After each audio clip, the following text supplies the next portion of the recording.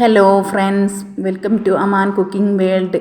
ഇന്ന് നമ്മൾ ഇവിടെ ഉണ്ടാക്കാൻ പോകുന്നത് ഗോതമ്പ് പൊടി കൊണ്ട് നല്ല സോഫ്റ്റായ പുട്ടാണ്. അതിനായിട്ട് ഈ പാത്രത്തിൽ ഒരു പാത്രം ഗോതമ്പ് പൊടിയാണ് ഞാൻ എടുത്തത്. വീട്ടിൽ പൊടിപ്പിച്ച പൊടിയാണ്. അപ്പോൾ അത് മിക്സിയുടെ വലിയ ജാറാണ് ഞാൻ അവിടെ എടുത്തത്. അതിൻ്റെ പകുതി ഞാൻ ഈ മിക്സിയുടെ ജാറിലേക്ക് ചേർത്ത് കൊടുക്കുകയാണ്.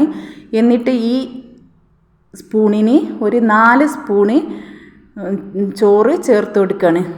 മിക്സിയുടെ ബാക്ക് സ്പീഡ് കണ്ടില്ല, ഇതേപോലെ അടിച്ച് 3 പ്രാവശ്യം ഞാൻ കറക്കുന്നുണ്ട്. അത് തേങ്ങ ഒന്ന് അരച്ചെടുക്കണ പോലെ അരച്ചെടുക്കരുത്.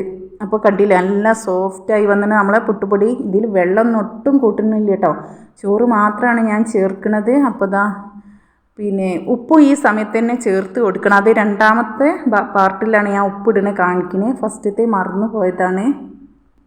ഇടുന്നതിന് പ്രത്യേകിച്ച് അളവൊന്നുമില്ല, അത് ഓരോ ഗോതമ്പിൻ്റെ പൊടിക്കനുസരിച്ച് ചേർത്ത് കൊടുത്താൽ മതി.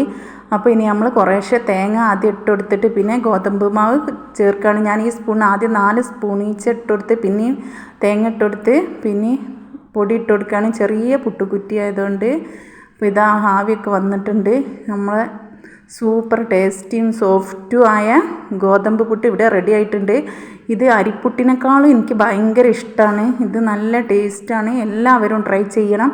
എന്നിട്ട് ഫീഡ്ബാക്ക് എന്നെ കമൻറ്റായി അറിയിക്കണം. കണ്ടില്ല, നല്ല സോഫ്റ്റാണ്. ഇത് നിങ്ങൾ ഉണ്ടാക്കി നോക്കി അപ്പോൾ നിങ്ങൾക്ക് മനസ്സിലാവും.